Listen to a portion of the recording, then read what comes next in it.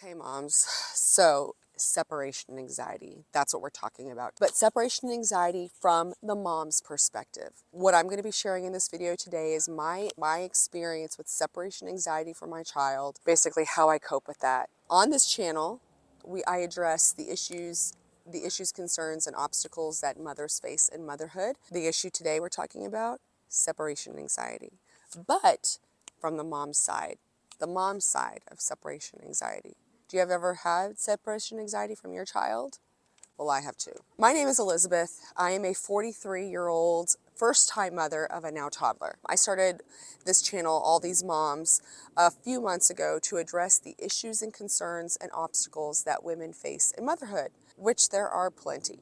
I first noticed after I had a child that there are so many issues that I've had that a lot of moms don't talk about. And I feel like that's a shame. But I get why. A lot of the issues that we go through in motherhood are not something a lot of people want to hear about, but it is something that moms need to talk about and share their story, get support, get feedback, and hopefully tips to help your experience in motherhood be a little bit smoother. Because motherhood is no joke. I almost dropped an F-bomb there, and I would have, but I know some young people might watch this channel. But anyway, it is no joke. Motherhood, there's nothing easy about motherhood. Not one thing easy there's not one easy thing about motherhood. So I just want to kind of be open about that, because one of my gifts / curses in life is that I tend to overshare. So I am doing that today. So I know there's different types of separation anxiety, especially if you have a child. Some mothers may go through it when they leave their child for the first time with a new person after on maternity leave.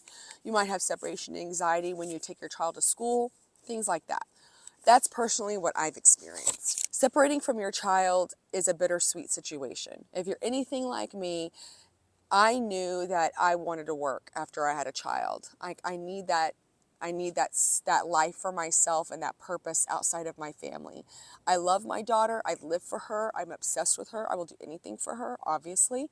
But I need my own life. I need to have my own purpose, my own things to do, and to have my life be completely centered around my child is not something that I knew would fully satisfy me personally. So I knew I was going to go back to work. But I was not prepared for the realities of separation anxiety for my child. Luckily, I had about 2 months of maternity leave, so I was able to be home with her a lot, every day. Right after I had her for 2 months, and then we were able to get in-home childcare after that. So I realized I am an extremely privileged and fortunate woman.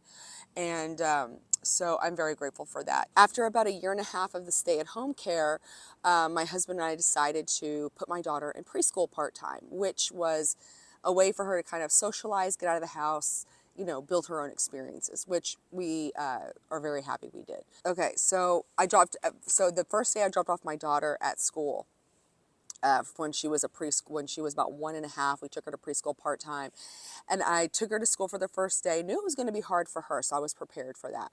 Took her to school, did the whole routine that I had researched on YouTube and asked just several friends about, and asked her teachers about the best way to handle a drop-off routine.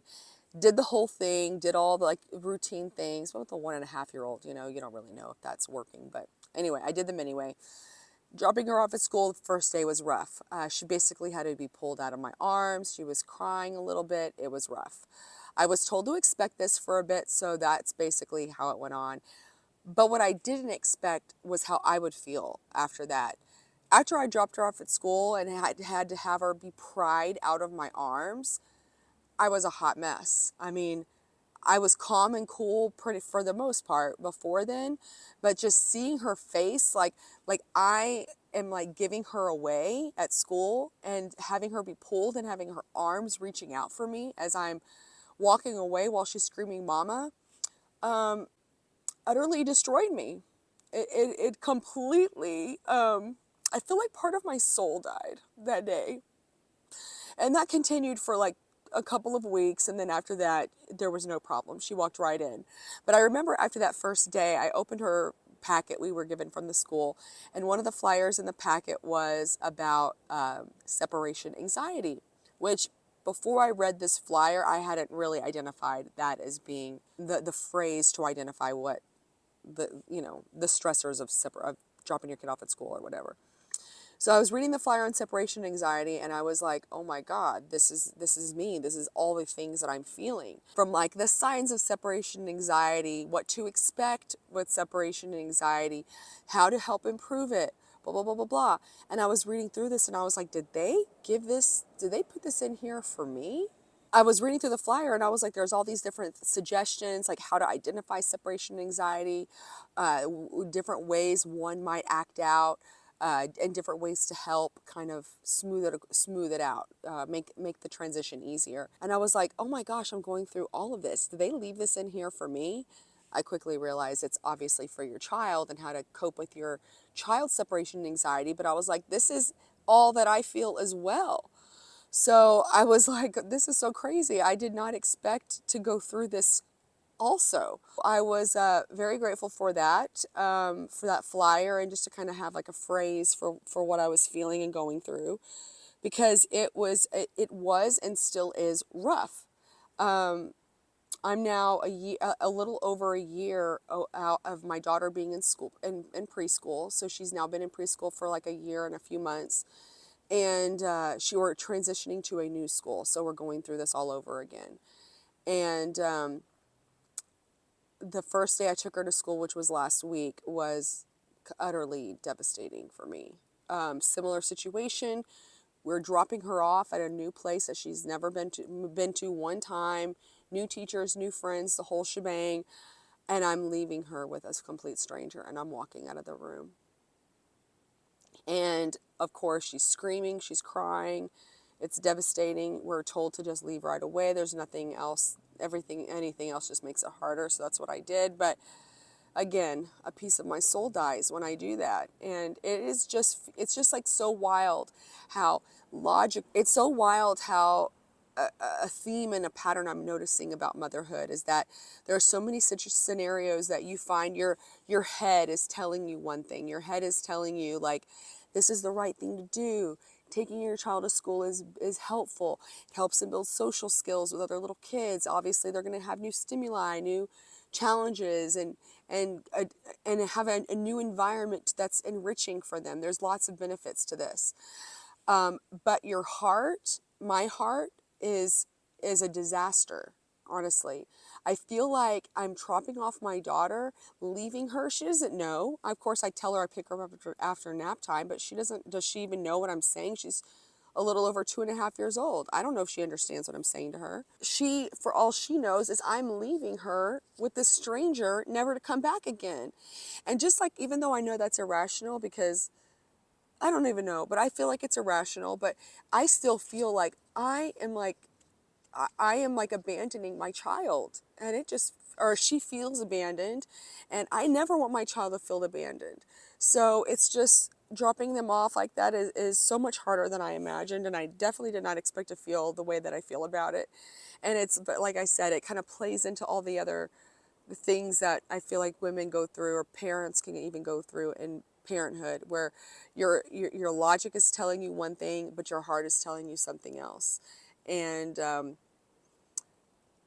it's rough, but I guess it's hard. It's getting easier. And for me, it gets easier when I see that she's happy to be there. When I see that, when I take her to school and she like walks right into class and sits right down and has a grand old time, I feel much better about that. And that makes me excited for her. Until I see that, I still feel uneasy, unsure if I'm making the right choice. And it's so freaking hard to live with that as a mom and as a parent. And it's just, like I said, one of the things that people just don't talk about enough, in my opinion. And I started noticing that as I started sharing my feelings about this with other moms, or just even close friends, about how I feel about it, and just kind of getting from them like compassion and understanding, that I was like, okay, this is like normal. So many of the choices I feel like we make as mothers are ones you're doing with the best of your knowledge. You're trying to give your kid the best you can, and yet you still feel like it's not enough, or it's the wrong decision, or all of those things. So it's just, I feel like it's extremely important to share these sorts of stories with other moms, so we feel less alone, because we're not alone. We all go through this. And I know that myself being fortunate and privileged, that moms are going through way worse than I am, and way harder scenarios. I remember my mom told me that when I was little, they didn't have maternity leave, and so she had to take her kids to daycare when we were like 2 weeks old, or to whatever child care service that she was using. And I couldn't even imagine that. And I felt so lucky that wasn't in that I don't have to deal with that as a mother, taking my child to daycare or wherever at 2 weeks old. So anyway, I just feel like it's so important that we share our stories and support each other. So if you have a story that you would like to share, moms, please do so. Share your story, or share your story with separation anxiety, and how you overcame it in the comments section below. I would love to hear it, and I know other moms will too. Thank you for watching.